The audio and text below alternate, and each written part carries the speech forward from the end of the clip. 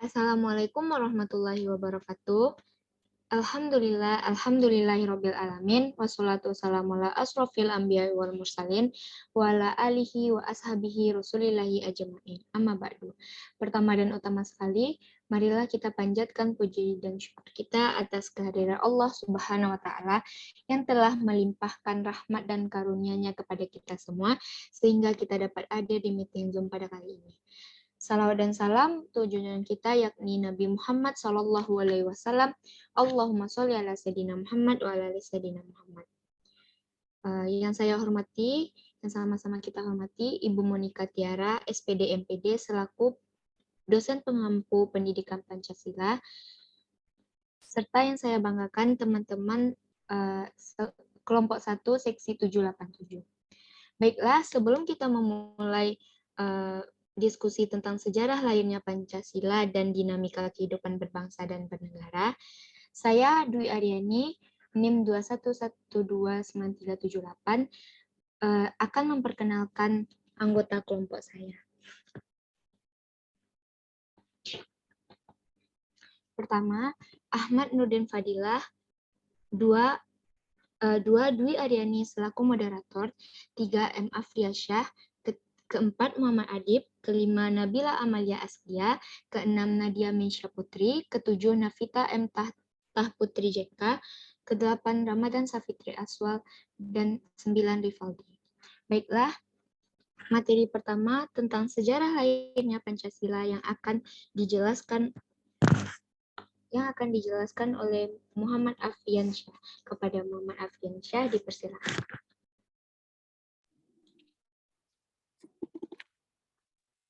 Assalamualaikum warahmatullahi wabarakatuh.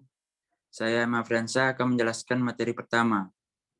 Sejarah hari lahir Pancasila diambil dari Rapat Dokuritsu Jumbi Cosakai atau Badan Penyelidik Usaha Persiapan Kemerdekaan Indonesia atau BPUPKI yang mengadakan sidang pertama dari 29 Mei hingga 1 Juni 1945. Rapat dibuka pada tanggal 28 Mei 1945.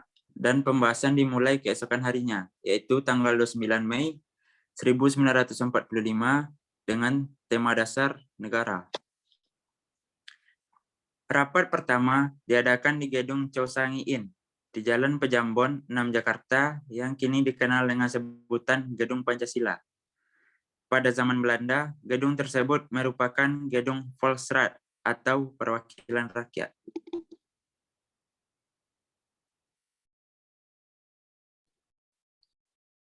Baiklah, selanjutnya materi kedua yang akan dijelaskan oleh Muhammad Adib. Kepada Muhammad Adib dipersilakan.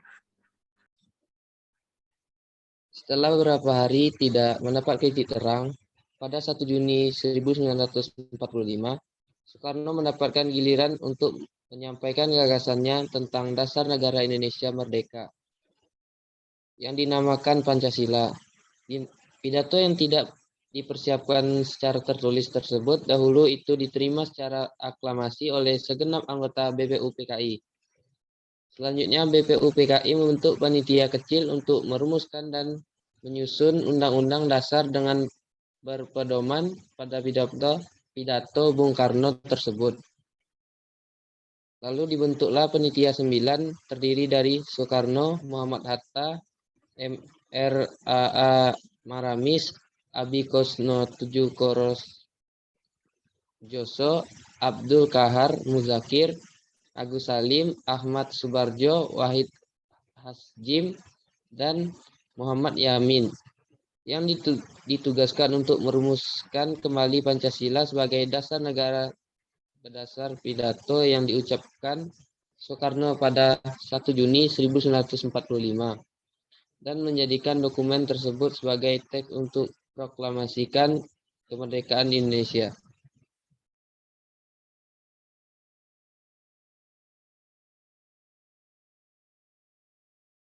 Baiklah, materi selanjutnya yang akan dijelaskan oleh Nabila. Kepada Nabila dipersilakan.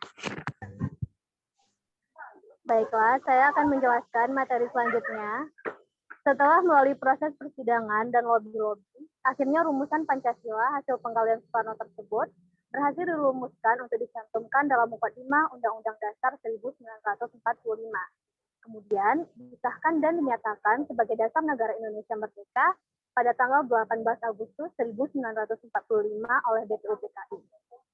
Mantan Ketua BPUPKI, yaitu Dr. Rajiman Widioningrat, menyebutkan bahwa pidato Soekarno berisi tentang lahirnya Pancasila, sehingga tanggal 1 Juni resmi ditetapkan sebagai hari lahir Pancasila melalui keputusan Presiden nomor 24 tahun 2016 Presiden Joko Widodo.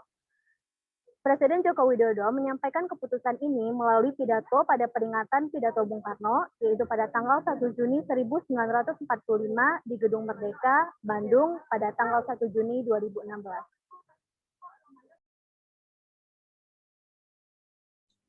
Baiklah, materi selanjutnya tentang dinamika kehidupan berbangsa dan bernegara yang akan dijelaskan oleh Ahmad Nurdin Fadilah. Kepada Ahmad dipersilakan.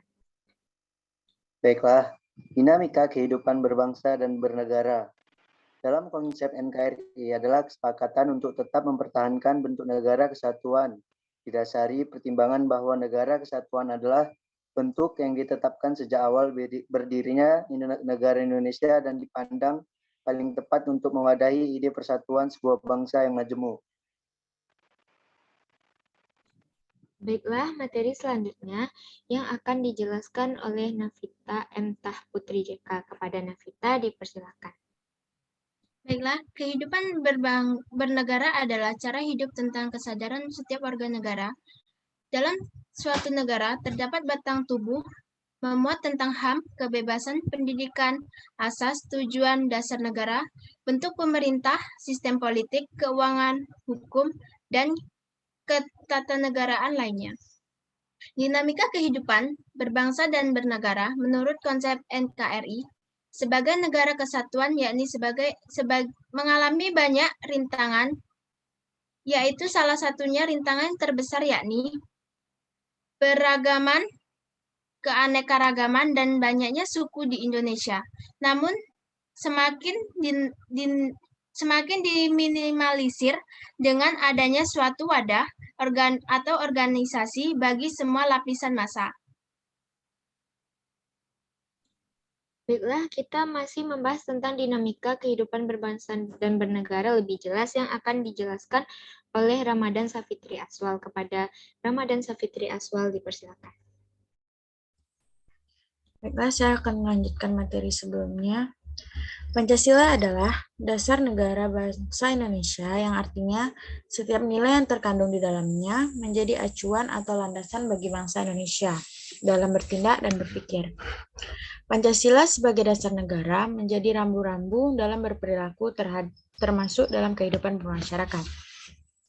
Penyebab terjadinya dinamika Pancasila sebagai dasar negara adalah banyak segala tantangan penerapan dalam sejarahnya. Terbukti masih ada beberapa pihak yang ingin menggantikan ideologi Pancasila hanya untuk kepentingan golongan, terutama dalam hal politik. Lebih jelas lagi tentang dinamika kehidupan berbangsa dan bernegara yang akan dijelaskan oleh Nadia Mesya Putri. Kepada Nadia dipersilakan. Baik, terima kasih moderator. Dinamika dalam mengaktualisasikan nilai Pancasila dalam kehidupan berbangsa dan bernegara adalah suatu fungsi yang memberikan pedoman bagi pengambilan kebijaksanaan dan pemecahan masalah dalam kehidupan berbangsa dan bernegara. Agar loyalitas warga masyarakat dan warga negara terhadap Pancasila tetap tinggi, maka substansi dari adanya dinamika dalam aktualisasi nilai Pancasila dalam kehidupan berbangsa dan bernegara, yaitu praksis selalu terjadinya perubahan dan pembaharuan dalam mentransformasikan nilai Pancasila ke dalam norma dan praktik hidup dengan menjaga konsistensi, relevansi, dan kontekstualisasinya.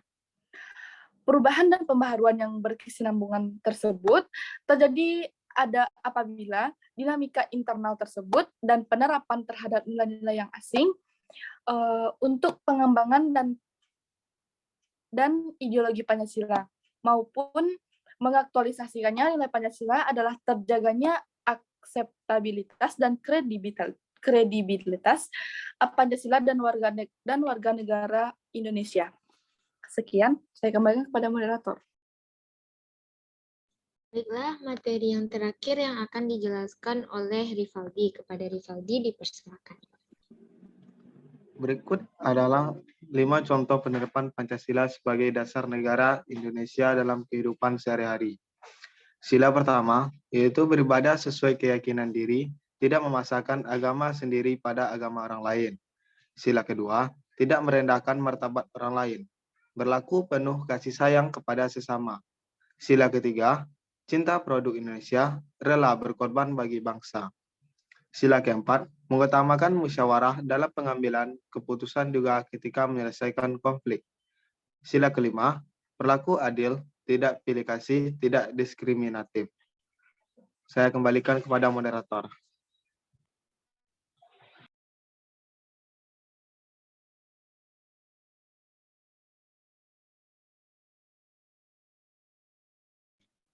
Baiklah, sekian penjelasan dari kelompok 1 seksi 787. Pada diskusi kali ini, kami dapat menyimpulkan Pancasila merupakan dasar negara yang telah melalui banyak perjalanan panjang sebelum lahirnya untuk rakyat Indonesia. Namun,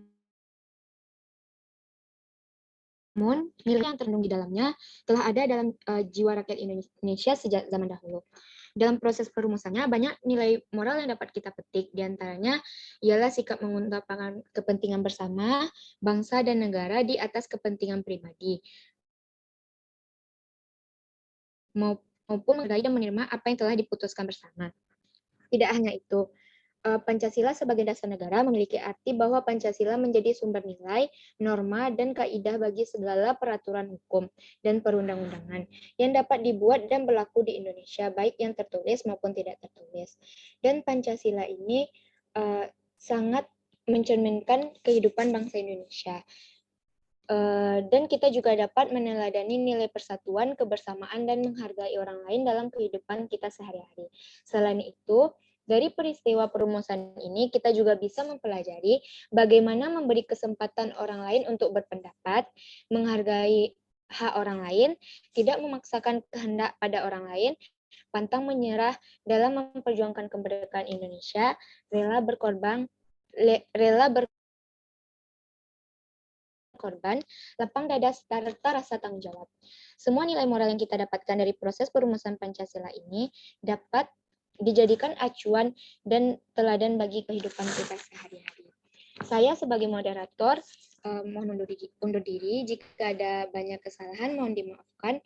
Kami dari kelompok 1 seksi 787. Sekian presentasi kami pada kali ini. Wabillahi taufiq wal hidayah. Wassalamualaikum warahmatullahi wabarakatuh.